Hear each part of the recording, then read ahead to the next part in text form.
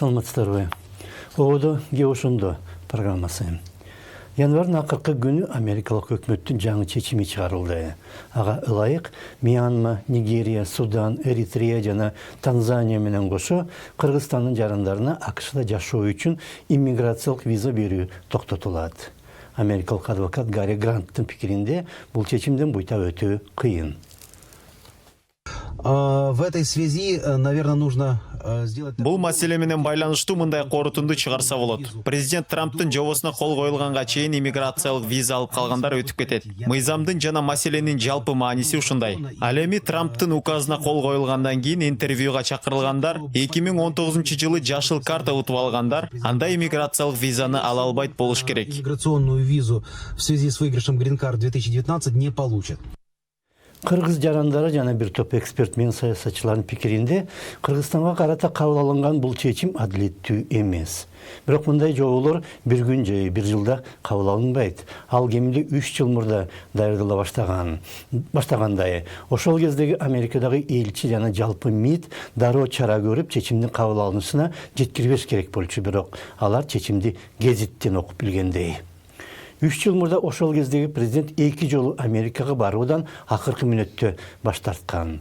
Расмий түрдө ал Бириккен Улуттардын жалпы ассамблеясынын сессиясына бармак, бирок Вашингтонго да кайрылып, АКШ жетекчилиги менен жолукмак. Ал өзү 15-жылы АКШ менен 1993-жылы кол коюлган негизги келишимди денонсациялап салган жана Америка тарап жаңы келишим даярдаган. Агарабай. Ал эмгиче, бирок ага эмгиче кол коюлбай жатат. Ага чейин Кыргызстан 14-жылы Манас аэропортундагы америкалык авиабазаны чыгарып салган. Кошуна Оганстандагы антитеррорлук аракеттерге база бир топ жардам берип келген жана Бишкектин мындай кадамы дүйнөдөгү эң күчтүү дөөлөткө карата достук маанайдагы аракет деп эч айта албайсың. Жана ал аракет жалгыз эле АКШ эмес, террор менен күрөшүп жаткан бүткүл иралык коомчулукка каршы жасалган. Азимжан Аскаров тууралуу айтып да кереги жок. 10 жылдан бери Кыргызстан элелик укук коргоочулардын айтканын укпай келет. Бириккен Улуттардын адам укуктары боюнча комитеттин чечимин дагы аткарбай койду.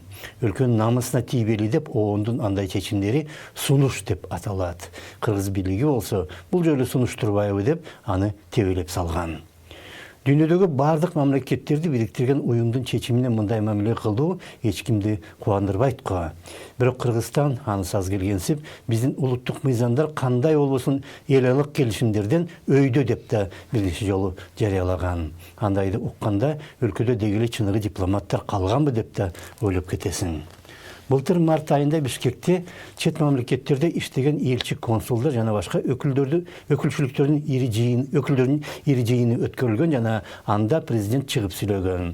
Анын алдында болсо мамлекеттик тышкы саясаттын жаңы концепциясы кабыл алынган жана анда тышкы саясат көп вектордуу болот деп жазылган. Бирок андай көптүрдүүлүк азыркы күнгө чейин көп деле байкалбайт. АКШнын элчиси Дональд Лунун билдиргенине караганда, Кыргызстандын улуттук паспорттордун кадыры түшүп, ал башка мамлекеттерде табылып жатканына АКШ тынчсызданат деп билдирди. Элчи тышкы иштер министрлигине атайын чакырылып, эмне үчүн мындай жобо чыкты деп суралганын деле достук аракети деп атай албайсың. Ошентсе да, жок дегенде эми чыныгы дипломатиялык аракеттер көрүлүш керек го. Ушундай нерселер болуп турат. Бул керек болсо адам менен адам ортосунда деле кээде мамилелер түшүнбөстүктөр болуп калышы мүмкүн, кандайдыр бир себептер болуп калышы мүмкүн. Бирок эгер ушул убакытта ызы-чууга берилип, кандайдыр эмоцияларга берилип, туура эмес сөздөрдү айтылып кетсе, бул албетте келечек мамилелерге таасир бериши мүмкүн. Ошол себептен мен ойлойм, эч кандай чечилбес маселелер жок. Бул дагы чечилет. Америка тарабынан дагы бир кандайдыр иш аракет болуп жатат. Анан Кыргызстандагы биздин да мамлекетибиз дагы, биздин президентибиз, МИДибиз аракет кылып жатат ушул маселени тез убакытта чечкенге. Мурдагы виза тартибин кайра калыбына келтиребиз десе, Кыргызстан жигердүү дипломатиялык аракет көрүүгө тийиш. Кыргыз-америкалык мамилелер сезимтал зыянга учурады деген билдирүү деле достук маанайдагы кадамга окшошпойт жана тескери жыйынтыкка да алып келиши мүмкүн.